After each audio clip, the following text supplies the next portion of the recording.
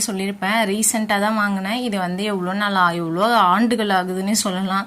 ஆனால் இது நான் பார்த்துட்டு இருப்பேன். 250 ரூபா 300 ரூபா இருக்கும். என்னத்துக்கு இவ்வளோ ரேட்லான்னு சொல்லிட்டு நான் வாங்காமல் இருந்தேன். ஒரு டைம் வந்து ஆஃபரில் வந்து 50 ரூபாயில் 55 ரூபா நவோ போட்டிருந்தாங்க. அதனால வாங்கினேன்.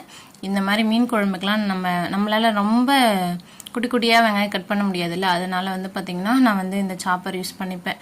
குட்டி குட்டி வெங்காயம்னா ஒரு 2 வெங்காயம் போட்டு வந்து சாப் பண்ணலாம். இல்லை பெருசுனா ஒன்று மட்டும் நம்ம வந்து குழம்பு கட் பண்ணுற அளவுக்கு தான் கட் பண்ணி இதில் போட்டு வந்து சாப் பண்ணணும். இல்லைனா வந்து பார்த்திங்கன்னா கட் ஆகாது, ஸ்டெக் ஆகி நிற்கும். அதுக்கப்புறம் தக்காளியுமே வந்து பார்த்திங்கன்னா இது மாதிரியே வந்து இதில் சாப் பண்ணி போட்டுக்கிட்டேன். நம்ம மிக்சியில் அரைச்சினா தண்ணி விடும். இந்த சாப்பரில் இப்போ யூஸ் பண்ணும் போது வந்து பார்த்திங்கன்னா தண்ணி விடாது. நல்லா இருக்கும். நம்ம கையில் கட் பண்ணுற மாதிரியே இருக்கும். அதனால தான் அந்த மாதிரி பண்ணுவேன்.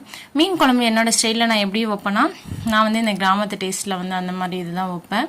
இஞ்சி பூண்டு பேஸ்ட்லாம் நாங்கள் யூஸ் பண்ண மாட்டோம். இது கறி குழம்புக்கு தான் வந்து பார்த்திங்கன்னா சிக்கன் மட்டன் அது